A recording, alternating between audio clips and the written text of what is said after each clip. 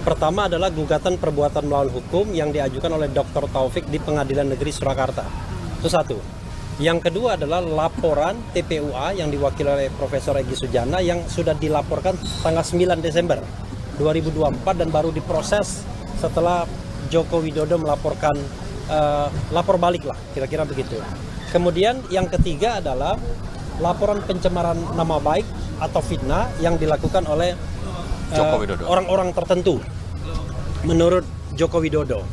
Nah, kalau menurut aturan yang ada ya, Perma nomor 1/1956 sebagaimana sering kita bahas juga, seharusnya yang harus diselesaikan itu adalah yang terkait dengan apakah ijazah Jokowi itu asli atau tidak. Apakah Jokowi mendapatkan ijazah dengan prosedur yang benar atau tidak.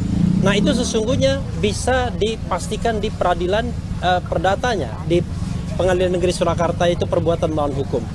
Persoalannya adalah sepertinya Jokowi menghindar dari peradilan tersebut. Padahal dia mengatakan akan menghadirkan ijazahnya kalau seandainya diperintahkan oleh pengadilan. Ketika mediasi mereka tidak mau menampilkan ijazahnya. Bahkan ijazahnya sekarang konon adanya di Bareskrim Mabes Polri. Itu satu. Yang kedua, ada undang-undang tentang perlindungan saksi dan korban, kawan-kawan semua, pasal 10 ya, yang mengatakan kalau ada misalnya tindak pidana atau dugaan tindak pidana pemalsuan dokumen dalam kasus konkret dan kemudian ada laporan pencemaran nama baik yang dilakukan oleh orang yang dianggap melaporkan tersebut, maka yang harus didahulukan adalah laporan tentang ada dugaan tindak pidana pemalsuan dokumen atau ijazah palsu ya. Nah, ini terbalik, yang cepat itu adalah pencemaran nama baik dan fitnahnya.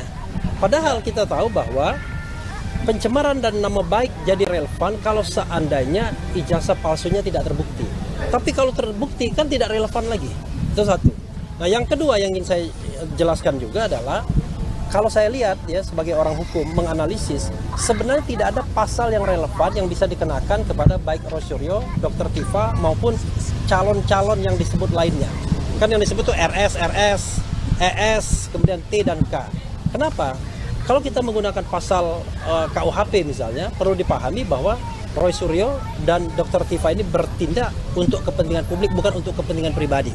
Karena itu nggak boleh dikriminalkan. Kalau menggunakan pasal 27A Undang-Undang ITE, sebagaimana disebutkan, maka Roy Suryo dan Tifa juga harus bebas dan teman-teman karena Jokowi masih menjadi pejabat publik.